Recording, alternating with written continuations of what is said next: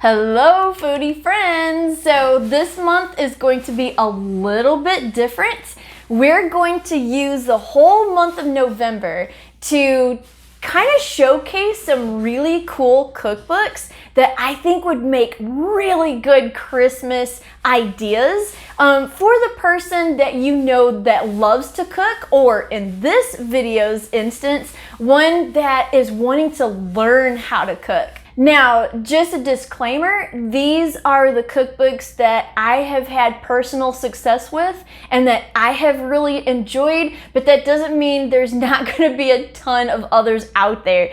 These are just a few little ideas that you may want to include in your gift giving ideas. And we decided to do it in November to give you guys plenty of time to find some of these cookbooks, because some of them are going to actually be vintage. Now, for this episode, we're focusing on the beginner cook. So that person in your life that may have just moved out, that may be starting their life afresh in a new home, and they kind of just need to know and learn some skills. And sometimes those people don't know where to begin. I know I certainly didn't when I was first married and I moved out and suddenly mom wasn't there to cook.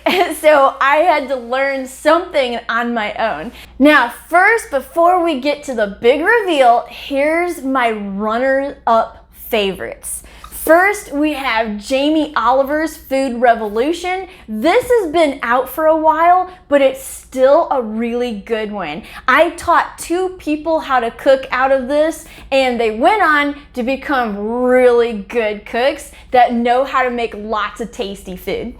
Now, one that I have used so many years is this Pillsbury cookbook. This one has been one of my go-tos for when I want to do something basic or I need just something that I know is gonna be in there. Like, you need an apple pie recipe? Here it is. You need to know breading on a pork chop? It's in here. So those 2 would be really good picks, but I'm gonna show you what is my absolute favorite cookbook, one that has been used in my family for many generations, going all the way back to my grandmother. In fact, I have her copy of this cookbook, and it might come as a little bit of a surprise to you. But my absolute favorite for any beginner is the Betty Crocker Everything You Need to Know to Cook book.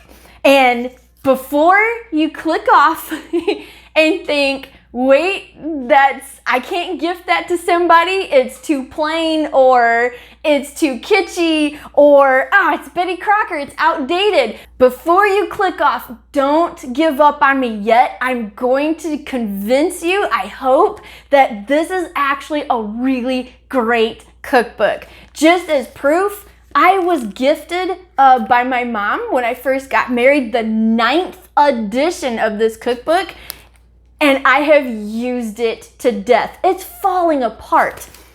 So I'm gonna go ahead and now I've cooked out of this version so many times, I already know it's great.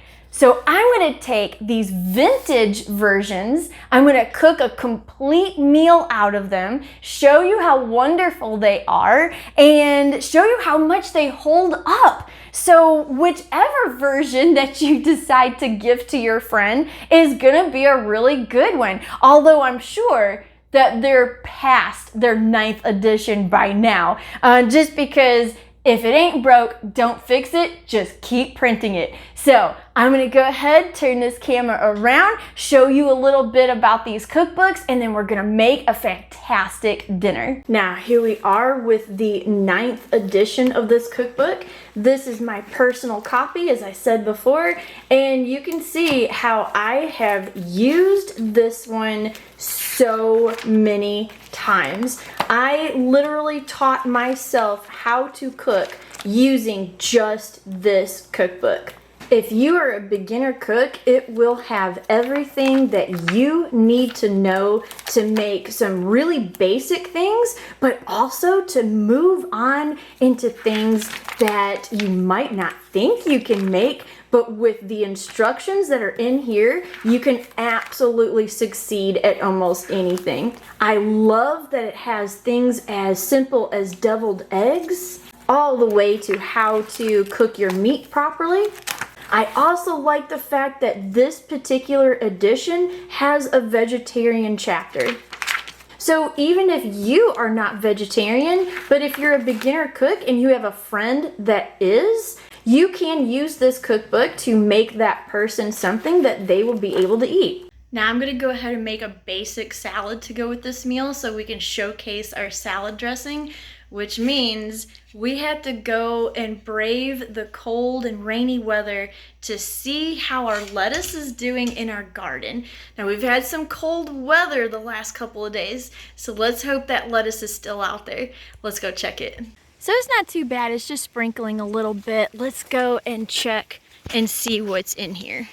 Looks like everything's doing pretty good. I've got some greens growing. I've got some kale. There's some spinach that are trying to pop up out of the dirt.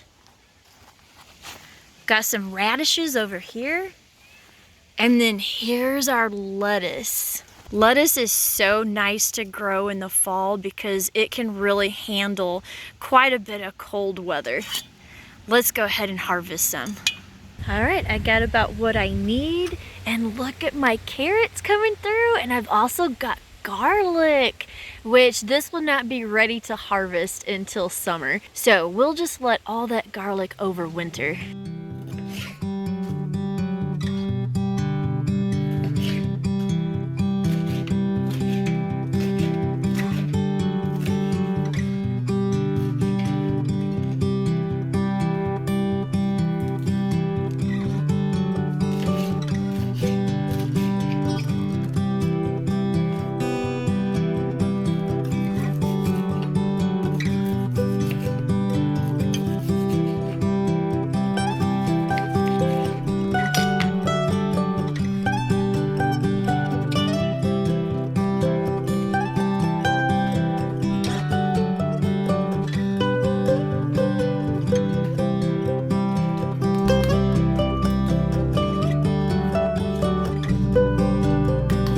What you doing? All right, making our salad dressing.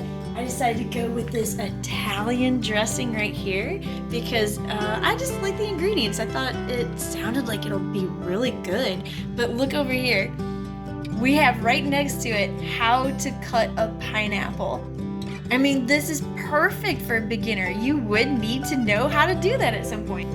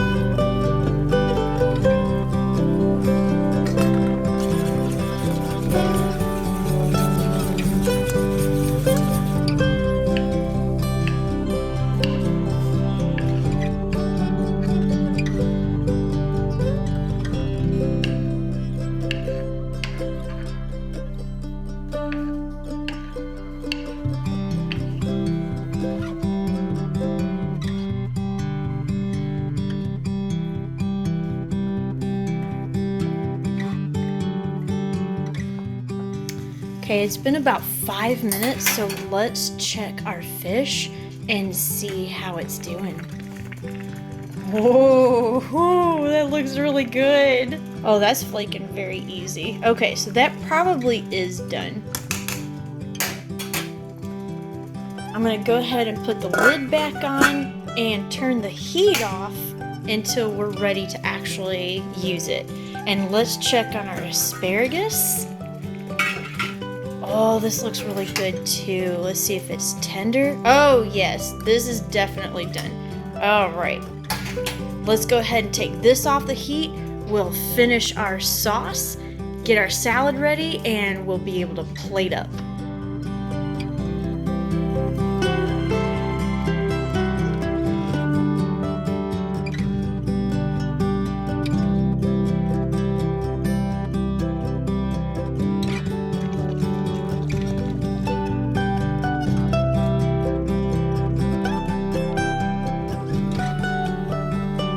Yeah, it looks really good.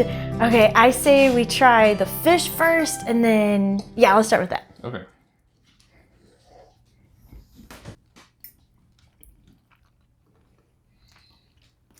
I'm not a big fan of poached fish normally.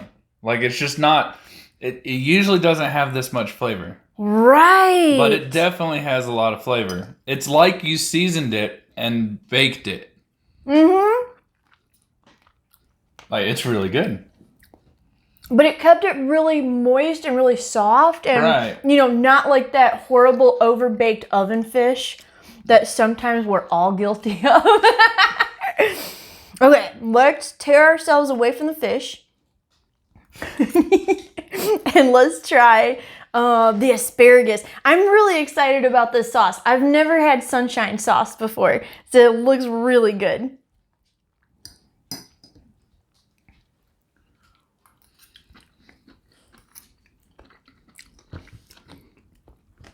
Mmm.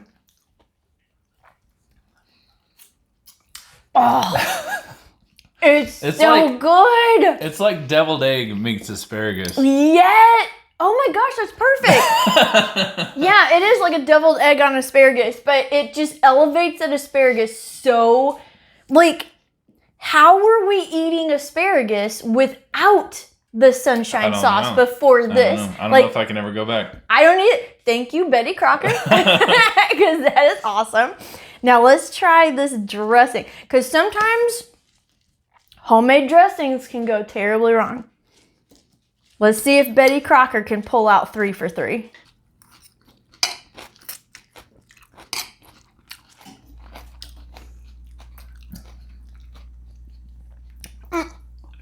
Okay. Nothing to say. I mean, 3 for 3. Yeah. I mean, I'm serious. Like, this is, Yeah. You know, if it was bad, we would tell you. I promise. Yeah. No, but the dressing is, like, I'm usually more of a fan of, because of, like, I'm a sugar fiend, I guess, of, like, a really sweet dressing. And it's not really super sweet, but it's still really good. Like, it's like it has just enough sugar to kind of pull all the other, like, flavors together inside it. I really cannot say enough good things about this dinner. Now, did I dirty a ton of dishes? Yeah, I got a big cleanup back here. More so to do with the types of dishes I decided to put together. Right. You don't have to, you know, make every single dish from this cookbook, you know, with 5 different dishes. Also, there's the nature of me filming. Right. You know, so, you know, you kind of got that too, because you're doing things in a particular order, you know, for the camera. It's just kind of a little bit different. Yeah. So you probably won't have as many dishes as I've got. But I really enjoyed the 1970s aspect of these particular dishes. I feel like it's really kind of true to the era. It was fun kind of bringing that back a little bit. Right. And there's a reason why. And now I hope I did my due diligence in trying to convince you of how great this cookbook is for a beginner, especially if you want to give it as a Christmas gift. I know, like I said before, it's not glamorous. You know, it's not like this edition, for instance, I mean, it's just your standard paperback. Right. You can go hardcover if you want to, but it's just standard. Right. It's not like... It's nothing... It's not Pulitzer Prize-winning photographs and all that kind of stuff. Right. It's not... it doesn't fit a niche specifically. Right. Like, the niche it fills is the beginner cook. Yeah. Or, like, even an experienced cook that wants to understand the basic way to do a thing. Yes. You know what I mean? Exactly. Like, this is where you start. I've been cooking 14 years. I still reference this book. Yeah. Now... the 1970s versions, pleasantly surprised me. But now you can get these recipes in the older editions also. And just so you know, as of 2017, that was the last time they did an edition of this, it was the 12th edition. Right. It's on Amazon, 4.5 stars out of thousands of reviews. Right. And the 2017 edition is expanded, got new chapters, different things. Right. I'm probably going to pick that one up. I found it for $4 used on Amazon. I don't mind if it's used. I will pick it up anyway. If this is any indication, the 12th edition is going to be just as great. Yeah. Seriously. Great Christmas gift. Yeah. If you think that, it's probably not enough of a Christmas gift, wow them with a few sheet pans and cute little utensils and stuff like that and make it a nice little bundled gift. Yeah. I think that would be great. But they are going to thank you later that it is got from the basics all the way to, you saw in this one, lobster thermidor. Yeah. So if you're really wanting to cook, they were not kidding. Everything you need to know to cook. Yeah. That's one of the very few taglines that I actually believe. Yeah. From a marketing standpoint, they're not kidding. Yeah. It's awesome. So, and I think another thing I'd like to point out about this one in particular too is that the ingredients are always things that you can find pretty much anywhere in any grocery store. Some of the that's a great point. Yeah, some of the older stuff you just can't get anymore. Right. Some of the newer stuff you can only get in specific areas. Yeah, you're doing the whole Amazon search trying to find an ingredient or something. This one seasoning that's only made in somewhere in Middle Asia or something. Yeah, and you can't find it, in a rural area or whatever. Yeah. You said, this is you'll find it. Yeah, there's not a lot of stuff. There's not anything in here that we've come across really that most of which we already had in our pantry. Yeah, exactly. Yeah, you don't have to go and get any special ingredients for anything. You can go to Walmart and get the ingredients for this.